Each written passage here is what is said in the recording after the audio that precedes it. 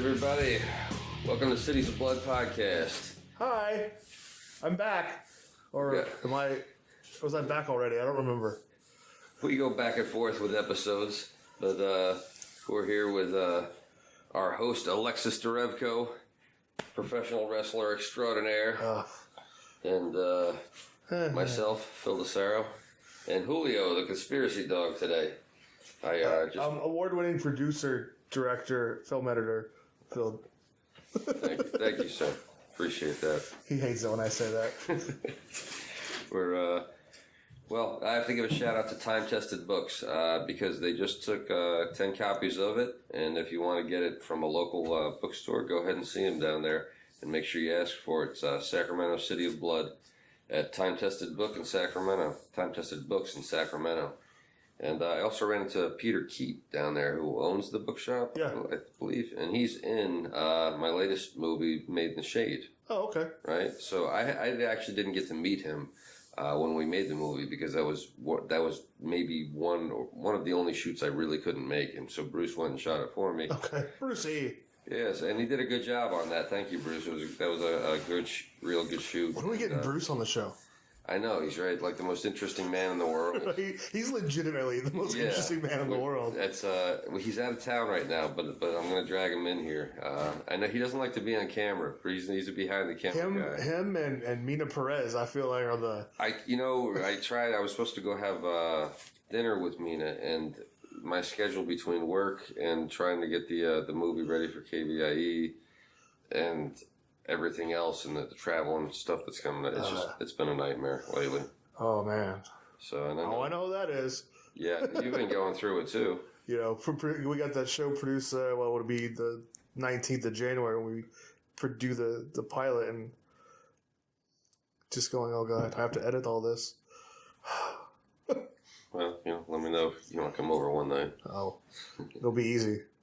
Yeah. I've got a game plan. Awesome. So we're going to get onto topics. We're going to talk about our fun topics tonight. Yeah, real fun topics. Well, it is the Cities of Blood podcast, so there's going to be some blood in it.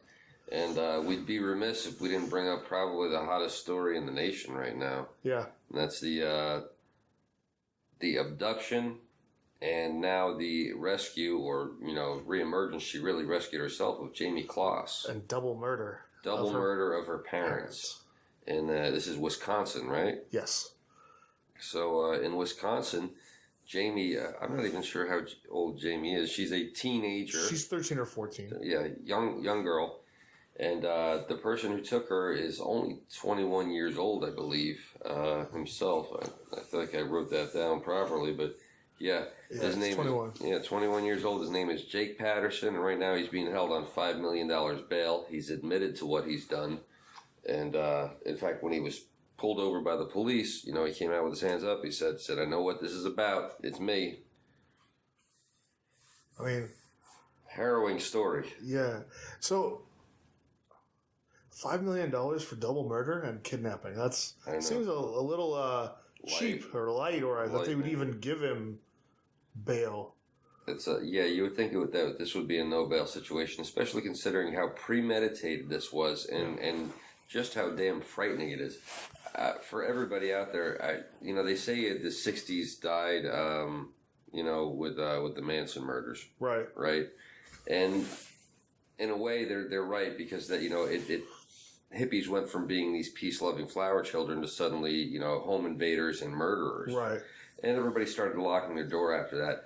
And I think everybody's been locking their door anyway, but I think this is certainly, it's a story that scares the hell out of me. Well, and I think, too, is to find out that from what they say was that he tried to take her multiple times before. Yeah, two times? Okay. Yeah. And he backed out at the last second, basically. He saw that there was too much going on, quote unquote, from the articles I've read, at the place. So there may have been other family members there, maybe another vehicle. Who knows? Maybe the mailman was coming by. Or like maybe there was like she'd probably be in 8th grade or something like that. Yeah, junior high, middle school, whatever you call it. He spotted her getting off a school bus. Like this is how he picked her out. Oh, see, that's the part I don't think he said earlier. Yeah, so I missed that part, but yeah, he apparently chosen her and spotted her getting off of a school bus and said, "That's the girl for me." And so then this disturbed individual went and planned it out. And like we were saying, at least two other times before he actually did it, he went there to the house and backed out. The timing wasn't right. Too many people there, whatever. The final time he does it, it's midnight. Right. And so it's midnight. He pulls up. Jayme actually hears the car. Says, "Dad, there's a car in the driveway." Right. Right. So then the father he goes to check on the door and made the mistake of opening the door. And even just walking up to the door, really. Yeah. Well, I mean, who's to know that somebody's going to have a shotgun on the other side? And yeah, but still, it was going to the door instead of maybe looking out the window. And I believe the dog was barking. I believe the dog barking may have been what alerted Jayme to the fact that there was a car outside, right? Type thing, which is fantastic. That's what dogs are great for. But well, it makes me think. I'm like, I don't know. At night, I don't know if I want to walk up to my door anymore without packing heat. Right. It's just crazy. He shot right through the door, killed the father, walks inside. The mother and Jayme are in the bathroom, and they're on the phone with 911 in the bathtub, cowering.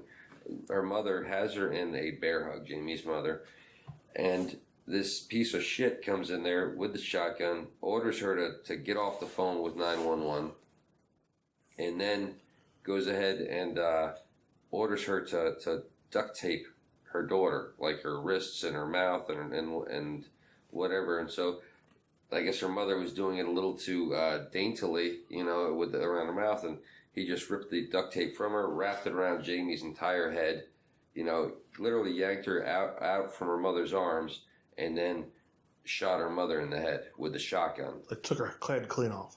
That's what shotguns do. Well, yeah. The police aren't saying that. The news don't want to say that, but you and I both know what shotguns do. Right. And point blank range, when you shoot somebody in the head with a shotgun, you could take somebody's head off from 10 feet away with a shotgun. Yeah. So this is just disgusting and terrifying. Talk about a case of home invasion. Somebody picks out your daughter. Right. And I don't know. This is a case for keeping guns. I'd say maybe we don't need automatic weapons and things like that. But I certainly don't want to lose my right to bear arms when there's shit like this going on. Right. I think and he didn't have an automatic weapon. He had a shotgun. Yeah. And it's the easiest weapon to get, right? Because all you need is a hunting permit. Right. And it's untraceable. And then he also, before, kind of to backtrack, he removed all the hair from his body. He did. He shaved himself. He prepared. Yeah. Wouldn't leave any trace of no DNA. I wouldn't. See, it's weird. Did he pull out his eyelashes and get rid of his eyebrows? There was a movie years ago with Michael Vincent, I think, and he played a. Might have been with It's actually what I was. There was actually a where he used to take all his clothes off and go into the college dorms and kill the girls. Well, no, but there was it's the same thing. But there was an episode of Criminal Minds, where the serial killer did that, and it made me think of that movie that you're talking about from the 70s. Yeah. And I think at the end, I don't know. For some reason, I want to think Charles Bronson, but maybe it was. Maybe it was Clint Eastwood. Whoever it was one of those 70s, tough guys, cops. And he just blew him away because I remember he comes out and they caught him red-handed, literally red-handed, and he's totally naked and he's covered in blood. And you got to take me in, that kind of thing. And of course, in the 70s, they didn't have to take you in. And so, anyways, that kind of, he didn't go that far as to show up there naked. It's Wisconsin, and it was December, right? No, 88 days. How long ago was this that happened? Well, 88 days. It would have been October. 3 months she was there. 88 days she spent under this guy's bed. But so, anyways, he's killed both of her parents. So let's see. there'd be 61 days in November and December and 76 days as of basically today, which is the 15th of January when we're filming this.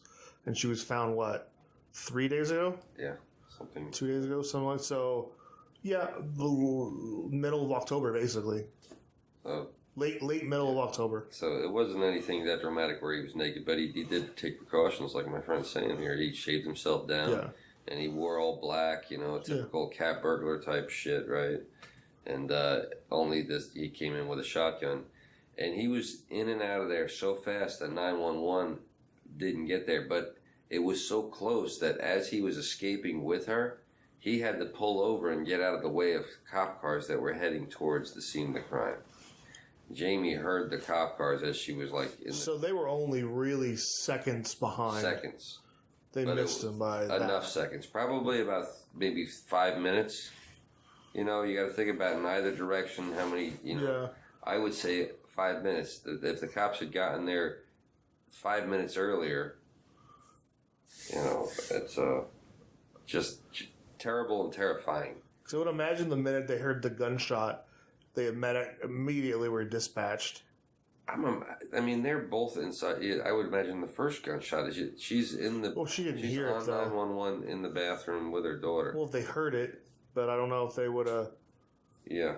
I don't. Did she make? It's Wisconsin. I don't know if this is a small town. How rural is it? How far out of town is she? It didn't look like there were sidewalks in the area where she lived and where she was rescued. Yeah, and the other thing is he wasn't far from where she lived. No, not at all. This was a neighbor that did this. This wasn't somebody from out of the neighborhood who came in. I was gonna look it up, but I don't want to put my phone at. Julio, what'd you do with my phone? It's all right. There you go.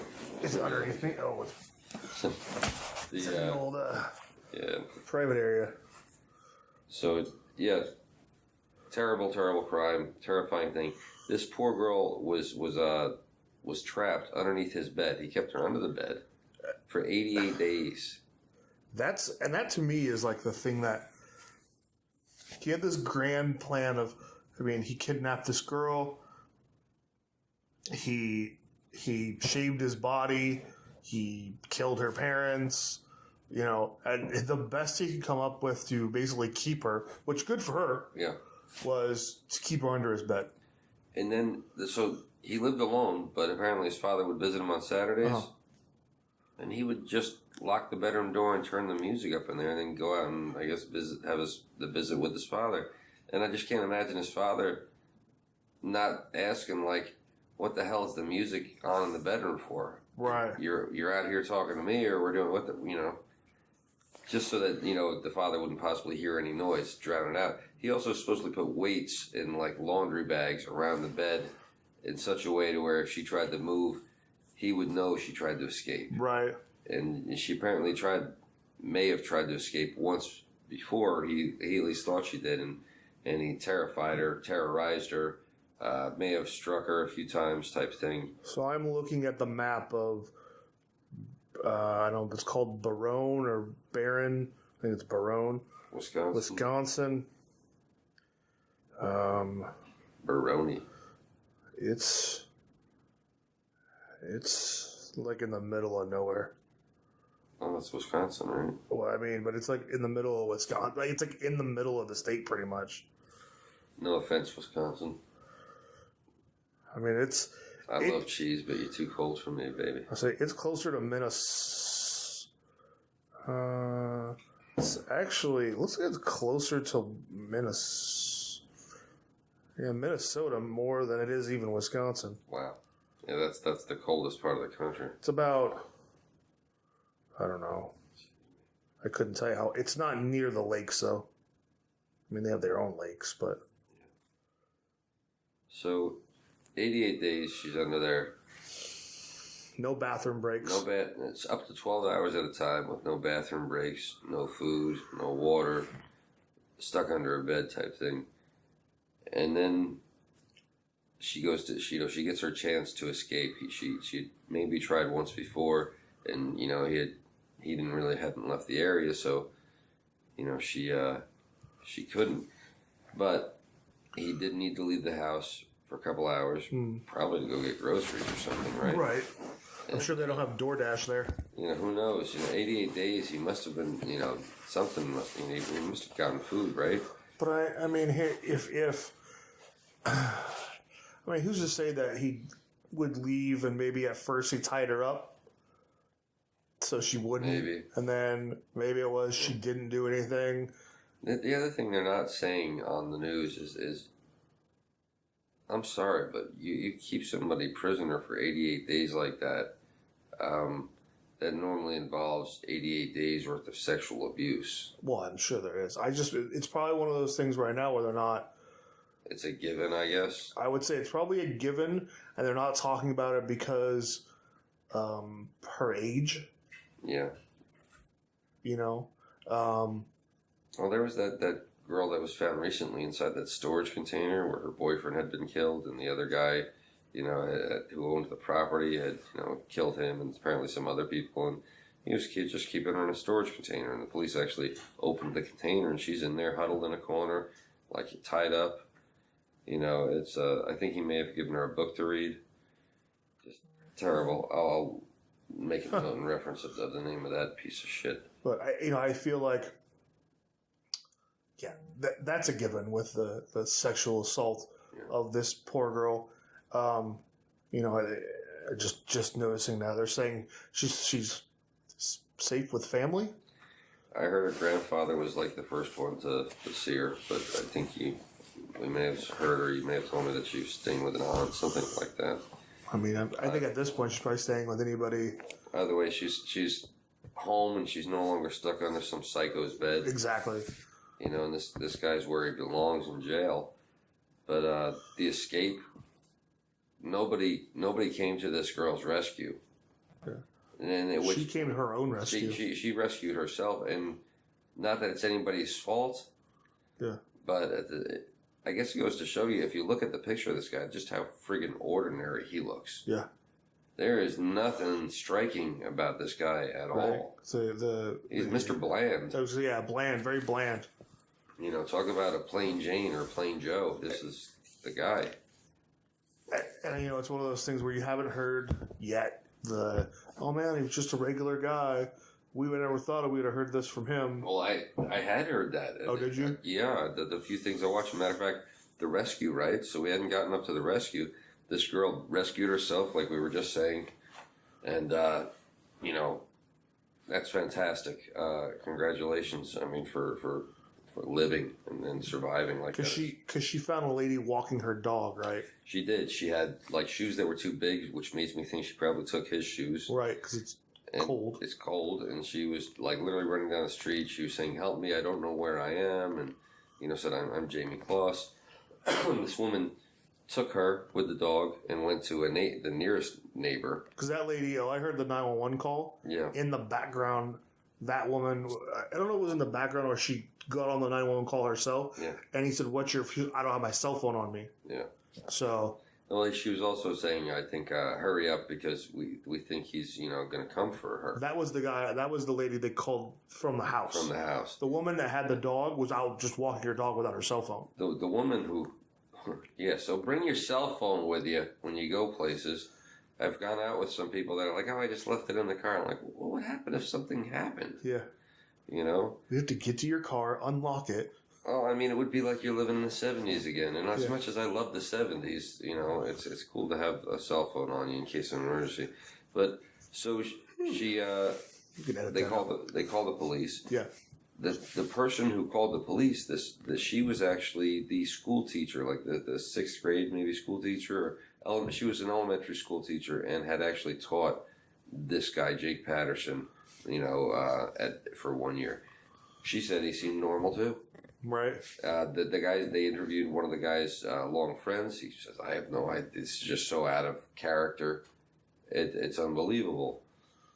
So just amazing. So now what's going to be the scenario in, I don't know, a couple weeks where it comes out where they find like his DNA in some like mystery woman's body or... Oh, like he's got it. I don't think so, because I think if he had victims before, then Jayme would not have gotten away. He would have killed her. Yeah. You know, that's serial killers. One thing, there are keepers out there, but keepers aren't necessarily killers. Keepers can keep them for a long time. Yeah. And if he had, that's what I'm saying though. What if he was a keeper? Well, if he had practiced at it, he would have been better at it. That's very true. Though. This was his, I think, and he's so young. Yeah. I'm willing to make a leap and think this was his first attempt at keeping somebody captive. What's amazing is the proficiency that he was able to kill 2 people in order to get her with. And talk about cold-blooded. Right. This guy's got ice in his veins. Oh, what? Yeah. 21. Just.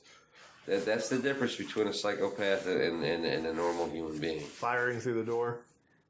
It's like. Even through the door, fuck it. Being able to hold a woman's daughter here and shoot blow her head off right there, that's not a normal person. That's. Now I wonder if there were. I mean, it's midnight, so maybe it wouldn't wake people up. I don't know how close the houses are to each other. I saw the news report of where she was rescued, and I saw her home, or at least from the outside, and it looks to me like an area where you don't have neighbors right on top of each other. They're maybe a couple 100 feet apart. Yeah, exactly. You know, a couple 100 feet apart on either side type thing, and maybe nothing directly across the street. Or and to be honest with you, no neighbor in the backyard type deal, like no connecting yards. Well, I mean, we're assuming that it's a rural area and it's Wisconsin, that everybody there is packing a gun or has a gun in the house. But even if they do, oh no, I meant more of like 911 calls from other people. Yeah, well, even that they were calling from inside the house. 911 couldn't have gotten there any faster. Right. It's. What I thought what you were alluding to was that, why didn't another neighbor come out and see something, say something, that type of thing. And I'm just saying, it's midnight. That's what I kind of. You might not have, what the hell did I hear anyway? And then it's like, it's a fact that you cannot triangulate a shot until you have a second shot anyway. So, and that works with human ears too. So the first thing that wakes you up in the night, what the hell was that? It wouldn't have been until the second shot, which by the time the second shot happened, he was running out the door with her. Right. Right? There's just no way. I don't think he did it so fast, which again, that's what amazes me. Right. This was his first time killing somebody. Right. And he went in there like Jason fucking Bourne, It was just ridiculous. Yeah. Awful crime. This poor girl's lost her family. And then suffered 88 days of torture and everything else. She's going to need a lifetime of therapy and support and everything else. Therapy. You know, and I think too is the saving grace of it is that she got herself free. That it wasn't one of those scenarios where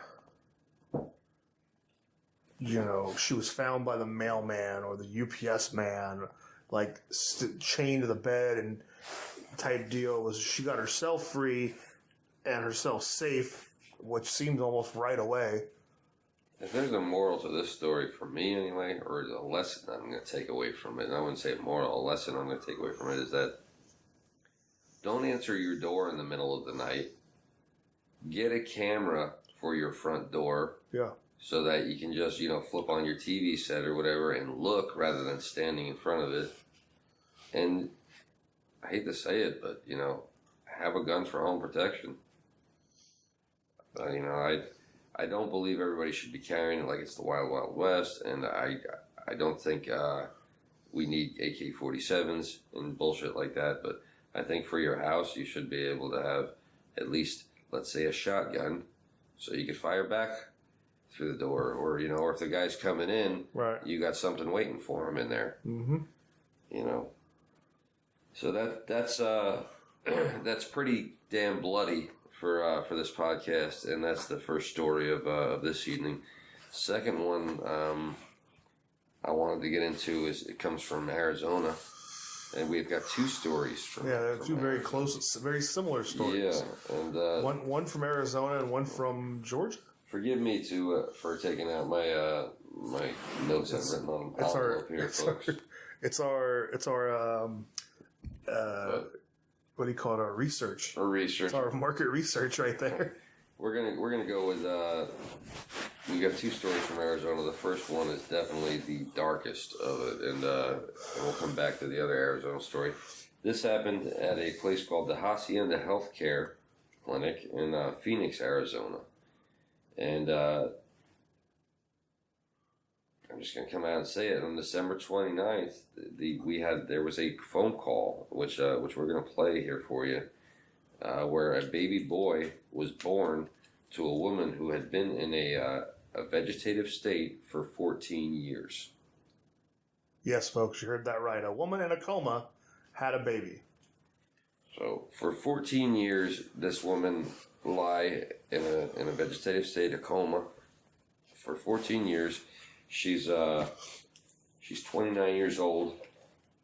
She's a member of the San Carlos Apache tribe, and again, this place is called the Hacienda Healthcare Clinic. Now, the CEO has since resigned almost right away after this incident, and from what I had heard, this was not the first incident of sexual misconduct with patients at this place. Right. First off, the place only has a 1-star rating. 1-star rating. So that's a red flag right there anyway. Yeah. But apparently there was something about 10 years ago. There were some nurses or some employees that were making jokes or comments, something inappropriate about a patient's genitalia, right?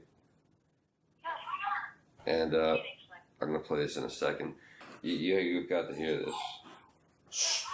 Phoenix 911. Oh, the baby's turning blue. Baby's turning blue. Okay, where are you at? We need another baby. What is the address, ma'am? Baby's turning blue. Baby's turning blue. Ma'am, I need an address. I need an address. I'm sorry.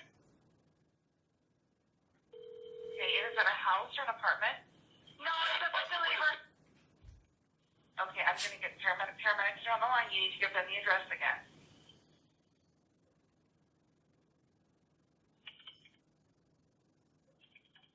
You said 30? 30? What is it? No, what's the unit number? What's the unit number for? What is it? What is it? What's the room for? Okay, what's the emergency? Someone just had a baby. One of our patients just had a baby, and we had no idea she was pregnant. Okay, is the baby We were in not the house? prepared for that. Baby's turning blue. We need someone now. Okay, all right, go in there with the baby, and I want you to walk this through, okay?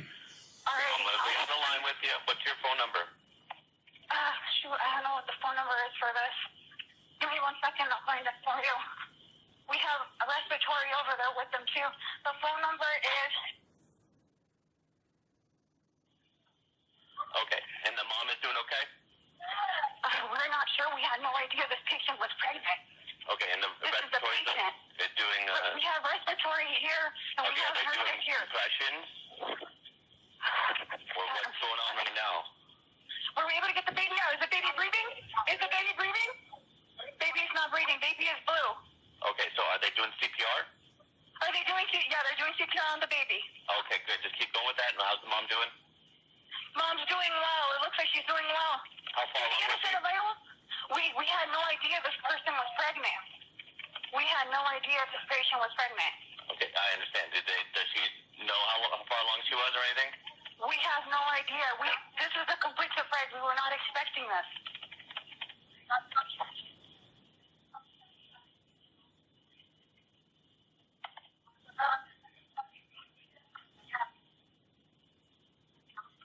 Okay, and the baby Baby doing responsive better?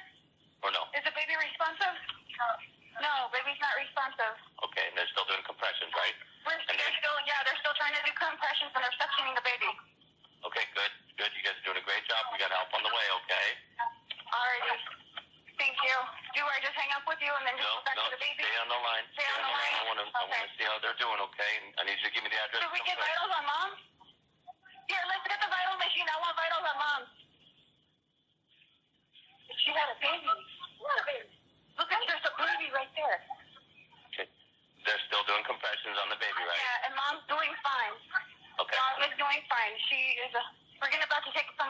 whatever. So far, she looks stable. What is your name, ma'am? My name is. I'm the nurse.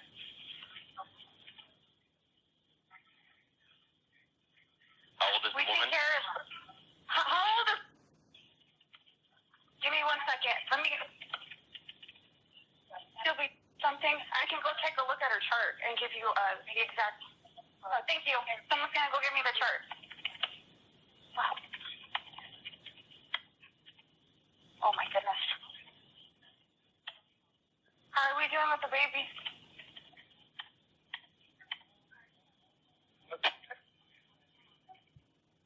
Is there any signs of life from the baby? Any signs of life in the baby yet? Let me see. The baby makes it. They're doing the compressions with 2 fingers in the center of the chest. Yeah. Okay, and then 1 finger below the nipple line. Let's see. And then they want to push down 1.5 inches, okay? Are you guys still doing compressions on baby? Yeah, they got the baby on an ambu band. Are you guys still doing? Yeah, I'm on the phone with them right now. So, the baby lives. I'll keep everybody in suspense with that. You know, the woman's trying to tell this guy what an ambu bag is. She also didn't tell him that the woman was in a vegetative state. And that's why he kept asking how far along was she is and how she is and things like that. And also the surprise, when did you hear look, there's a baby over there. Yeah. She was saying to her coworker. Right. Well, and they were surprised. They didn't know. I think the people that were there working on this baby and the mother, I'm sure, to make sure that she was still alive. Yeah. It's like, I mean, it almost was fear in her voice, more than surprise. Fear, excitement.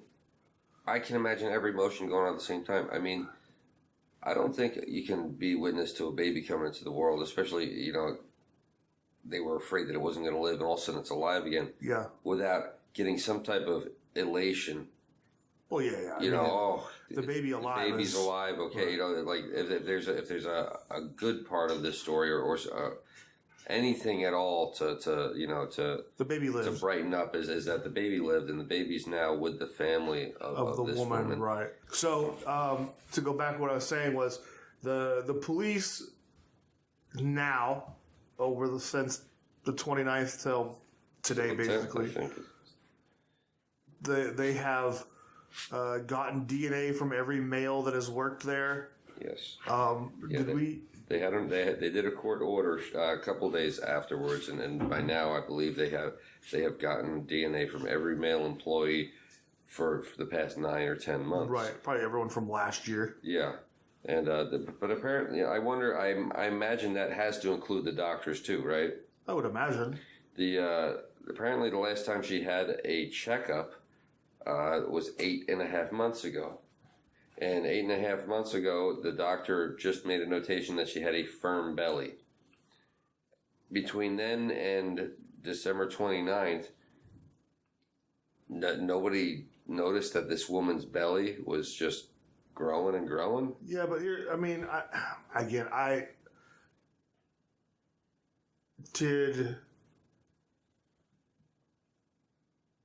because of her state. Yeah. Was there it's not like she's going to be going and overeating Doritos or Oreo cookies or, if she put on a few pounds. Well, here's the thing. The woman's supposed to be getting daily care, right. And which includes bathing, washing, everything else. Vegetative state is 100% care. So let's say it was just a matter of noticing between 8 months ago her belly was this size and all of a sudden it's a lot bigger now, 8 months later. If you're feeding them the same thing, which is through a tube, right, then she shouldn't be gaining more. Right. And if she were, let's say, I don't know what this woman, she's in a vegetative state for 14 years, but I don't know what. She had to be like 14 when it happened too. Very, very young. She must have been some car accident, terribly tragic, thing. We don't know, but yeah, somebody should have friggin' noticed. Yeah. If that, and so what? You don't. She doesn't get a doctor to look at her, but every 8.5 months. Right. That's the other thing. It's like, for me, sure. I'm not in a home. You're like, I'm walking around every day, and I'm exactly. You could take yourself to the doctor if you needed to. That's it. She can't. She can't. And so, I mean, I guess there is a reason that place has a 1-star rating. Just terrible.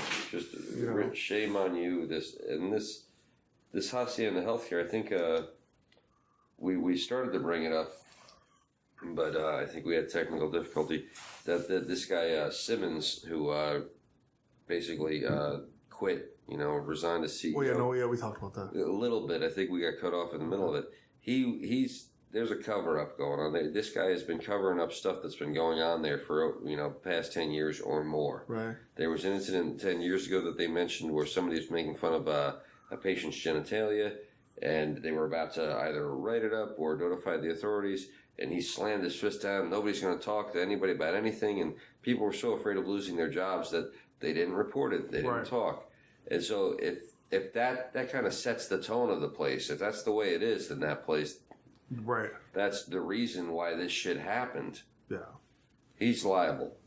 That place is paying for that kid for the rest of its life. That place, should that place be allowed to continue to operate? No, absolutely not. And or should it be forced to change owners? Change, I think they need to. I mean, I think it would have to be basically shut down and restarted under a new name, new everything. It's always going to have that stigma, though. I mean, in a town like that, you think? And it's out there in the middle of the Phoenix desert, so just awful. So the other thing about the police is it took them something like 10 days to call this thing a sexual assault. Well, yeah. What else would it be? Well, for some reason they were calling it an incident for about 9 or 10 days, and then they officially came out and called it a rape, which is what it was. When somebody's in a coma and you have sex with them, you're raping them. Yeah. It's just awful story. If there's any positive, even with the family, I don't know how they're going to receive this. It's just like they had lost their child, like you said, probably at like 14 to some accident or something like that. Well, they said 15 years, and she's 29. So she was 14 or 15 years old. As a teenager, they lost their teenage daughter just to probably some horrible accident or who knows. Right, it's got to be car accident. And I mean, didn't lose her, but lost her. Oh yeah, no. And for most, in almost every sense of the word. And now out of that, something completely unexpected, they have a grandchild. I imagine I can't imagine, I guess, I can't imagine how they're feeling. The emotions I'm trying, like... there's no... Part of you would be like extreme rage. My daughter, my innocent, convalescent, most vulnerable of vulnerable has been raped. Yeah. At the same time, you have a new grandchild. Talk about a mind fuck. Right. I don't know how else to. I go with that.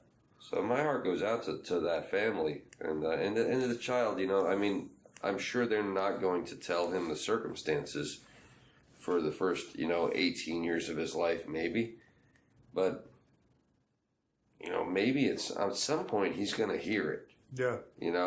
Or he's going to find out. He'll find out some way. Oh. When even whether he's adult when it happens or whether it's younger. And I'm just trying to think of if somebody just came out of the blue and just told you that you were the product of a rape, right? But not just a rape, but this. Yeah. I imagine that would mess with a guy. A girl, anybody. Yeah, I don't know how that would. Awful thing. And then, we got to get down to the sick son of a bitch who did this. Yeah. They're gonna get you. Oh yeah, they're gonna get you. This is the day of DNA. I mean, they've gotten the Golden State Killer. They're gonna get you. They've gotten a bunch of people. They're gonna get you. There's no escape. If you tried to look up your family past, you're fucked. You.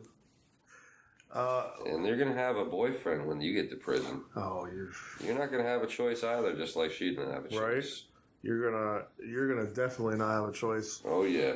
When they get wind of what you did, buddy. Oh. You are. Yep. You're not gonna make noise when you fart anymore. I'll put it that way. It'll just be like.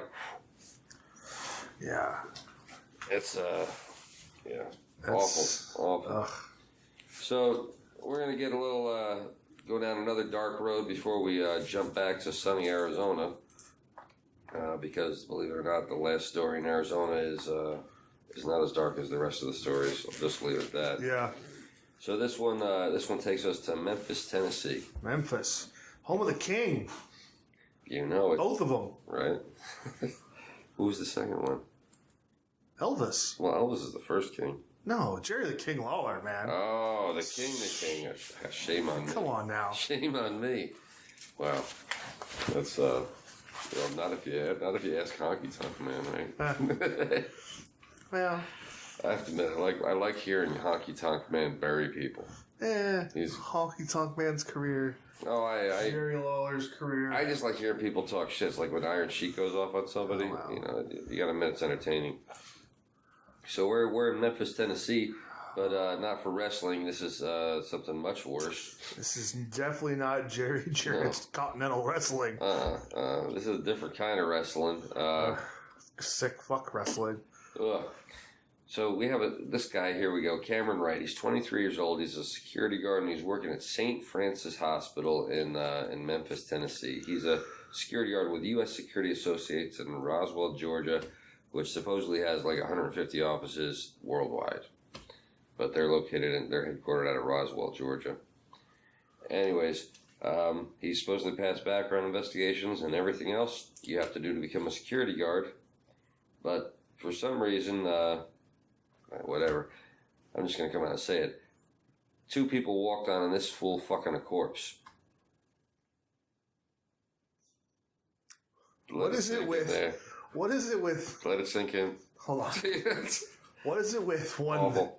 this podcast and our necrophilia It keeps coming back to right? it. From the first episode until today, and I think it's happened more than once. And then these. I'm just wondering if Karen and this guy should like meet up. Right. Can we arrange like a date between these two? Well, I think he's in prison, so. Yeah, but he won't be in there for long. It's, Yeah. You know, unfortunately, that there's only so much time they can give you for that. So I want to know. But that's a rape too. I mean, isn't that a rape? It's like it's abuse of a corpse, but isn't that? I mean, yeah, technically, but it's dark. Yeah, It's real dark. So again, we've talked about Karen Greeley, and, you know, and this, multiple others. This is a fucked up wiring in the brain. I don't think this is a guy who, you know, just got desperate, because I don't think you can be that desperate. I just don't think, you know. Oh no! I've been 16 years old Right. with raging hormones, and I'm just telling you, no, you can't get that desperate if you're wired normally. And still, and we talked about this before, but what brings you to that moment? Obviously, dead bodies turn them on. I guess what's terrifying about this is that I can't help but draw a parallel, even though it's a little different, but there's a similarity. You got to admit this shit is that one, somebody who's going to have sex with somebody in a coma. They're not dead. They're still warm, but they're practically fucking dead. Right. Right? Pardon my language, and I'm sorry if I offended anybody by that, but they're not conscious. No. You know, and that's, you know, anyways. And then you have somebody like Bill Cosby, right? You know, who just went to jail for drugging people and putting them in a coma, basically a comatose state. Yeah, drug-induced coma, basically, briefly, just long enough for him to sexually assault To get off. And we had said it once before, one woman said, he didn't have to do that to me. I would have had sex with Bill anyway. Because, I mean, back in the day, Bill was the man. Right. And I think with the, well, I think with the corpse, makes me almost want to puke. Yeah. But it's not as bad as the comatose woman or the woman in the coma. I mean, I don't want to. I'm trying to. I don't even want to go there. I'm trying to. My brain is just like. Right. I don't want to bring my brain so- to the point where I have to imagine that shit. Now, this guy doesn't go to prison, does he? He goes to a mental hospital, right? No, he's in jail right now. But I'm saying he's not going to go to. He's going to go to a mental hospital. Maybe. Honestly, I don't think. I mean, as far as like for a corpse, I don't know if they'll give you a whole lot of time for that. It's. I mean, Karen didn't get hardly anything, and it's. A good attorney could make an argument that nobody was really hurt, right? Yes. Even though, this guy abused a corpse and raped a dead person. So, I don't think he's going to end up doing a lot of time. I'm still, I guess, disgusted. Not even fascinated. I'm just disgusted, I guess, by some people's sexual preferences. I'm looking up necrophilia laws in Tennessee. In Tennessee? Mm-hmm. They do have a law on record called 3917-312 called abuse of a corpse.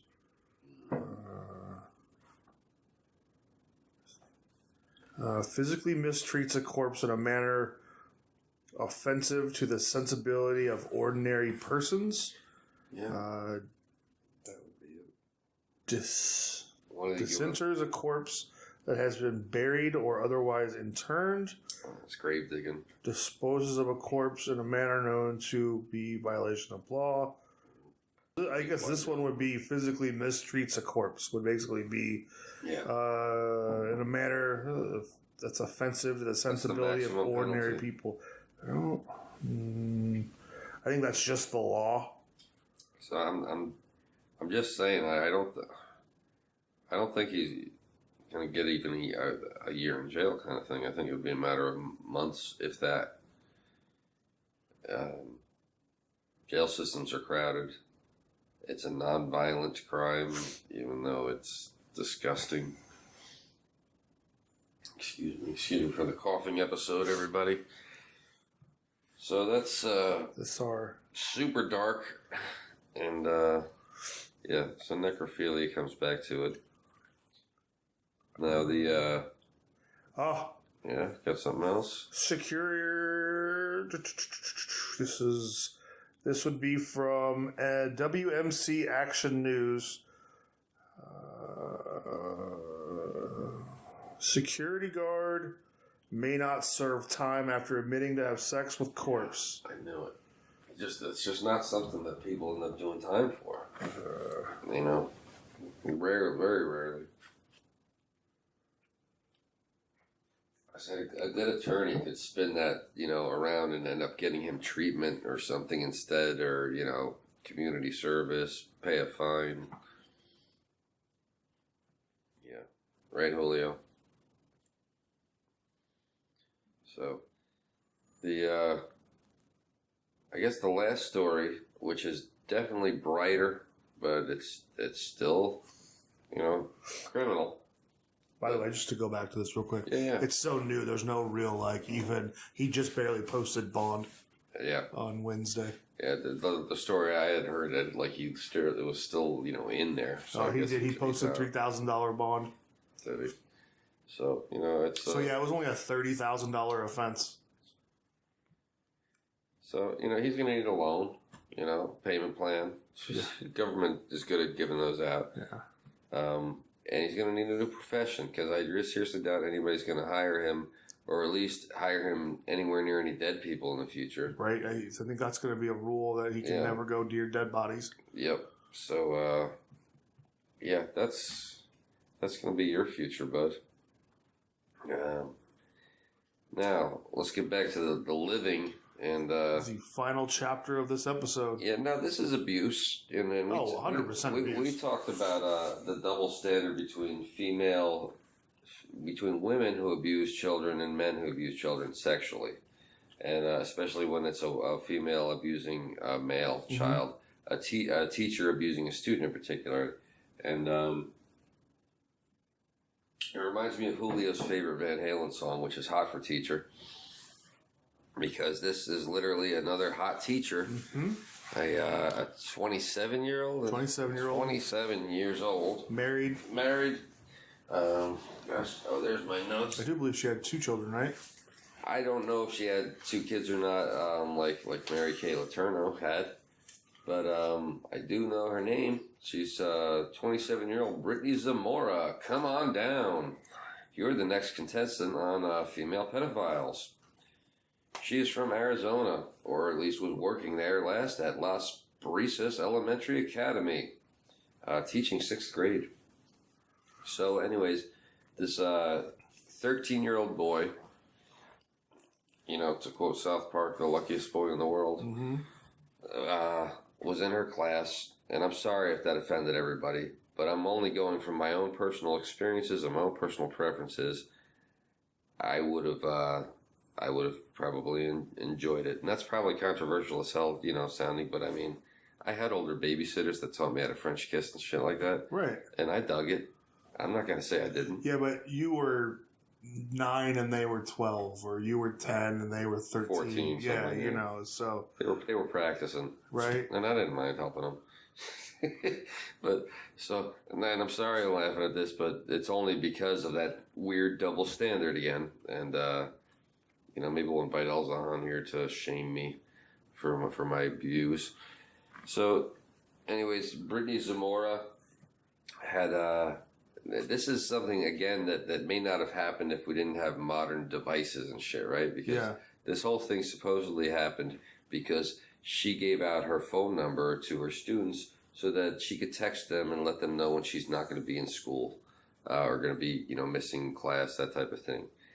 Which is interesting because we never knew that growing up. It was like you got a substitute teacher suddenly. And you'd show up to class, and the minute you saw the TV or the film projector, you knew yes, teacher wasn't going to be here, and there wasn't going to be no homework. No, or just have fun with a substitute, tell them a different name when they call. Oh yeah. I always preferred Pierre. I told Priest once that my name was Dick. Oh. We used to have a lot of fun back in the day. So anyways, she said she starts texting her students, but in particularly this one male student, 13 years old, and they somehow fall in love via text messages. Modern day romance story, folks. Yeah. So they fall in love via text messaging, and she, as an adult, finds ways to, and his teacher finds ways to gain more and more access to him, giving him blowjobs in a car. They say oral sex, but we all know what that means. Blowjobs. Yeah. So, and again, 13 years old, and she was not a bad-looking woman. No. It also says in the story that three female classmates wrote a letter to the principal warning their concerns that they had noticed something, and the principal ignored the letter. Yep. And that was actually written before the sexual stuff actually started happening. So we know there's 2 people looking for jobs now in Arizona. One's a principal and one's the next 6th grade teacher. The article doesn't say much about the principal being fired. Yeah. Well, but he's probably going to be on his way out once So. I just said it wasn't a good move, but. Yeah. So, So. Even the police asked her, what's up? Why would you do that? And she said, I don't know. She felt. This is how women are more complicated than men are. Right. With men, it's normally a base desire. You see something that attracts you and you're attracted to it. With women, I honestly think it's she made some type of crazy emotional connection to this kid. And something she wasn't getting in her own marriage. Right. She got from this 13-year-old. Right. Now, some extrovert could say that's a pedophile and that's control that she got. Right. Look, I don't know what it is with the West Coast and 27-year-old women and 12-year-old 6th grade kids, but well, this wasn't the coast. This was Arizona. It's still the Pacific. Well, I guess time zone. Arizona's the one state that doesn't do daylight savings or Martin Luther King Day. Well, we don't do daylight savings in California anymore, do we? Yeah, I think we still do. Yeah, we do. Yeah, we do. We have to change it every year. No, we do. We voted against it, though. We don't do it anymore. Is this like the first year of it that happened? Yeah, it was passed in the last election. Well, I stand corrected by my colleague. Yeah. So but I think the government has to pass it first or whatever. But anyways, look, fucked up episode. Fucked up. Like, it is a fucked up episode. Don't have sex with children. Don't have sex with corpses. Corpses. Don't have sex with women in comas. Don't murder people and steal their children. That too. You know, oh my God. So, yeah. I think that's dark enough for one episode. And then I think we'll just finish off with rest in peace, Officer Corona, Davis PD. Oh. Yeah. We did not bring that up. That was an awful, awful thing, and maybe we will at the next one, but it's fresh. Very fresh. So, but our condolences to the family and the community. To every officer out there. Yep. A few interruptions, pets, people knocking on the door, little technical difficulties, but we made it again through another episode of Cities of Blood podcast. And remember, it's Cities Blood on Twitter and Cities of Blood on Instagram. Yeah, and citiesofblood.com. Check it out if you want to pick up a copy of the book, Sacramento City of Blood. It's at Time Tested Books downtown. And Cities of Blood on Facebook. Check it out. And like I said, like, subscribe, and do everything. Do everything. Yeah, we need you to do everything. Come on, you're at the base. And think about it. At this level, you know, or I said, you're in the ground floor. Right? Literally. You could say I was one of the originals. I was listening to those guys and watching those guys before you were. Yeah. You know? Before they had 30 subscribers. Exactly. I was one of the original dozen, you know, the the dirty dozen. Yep. So thank you for watching. Thank you for subscribing, and we'll see you next time. Thanks, guys.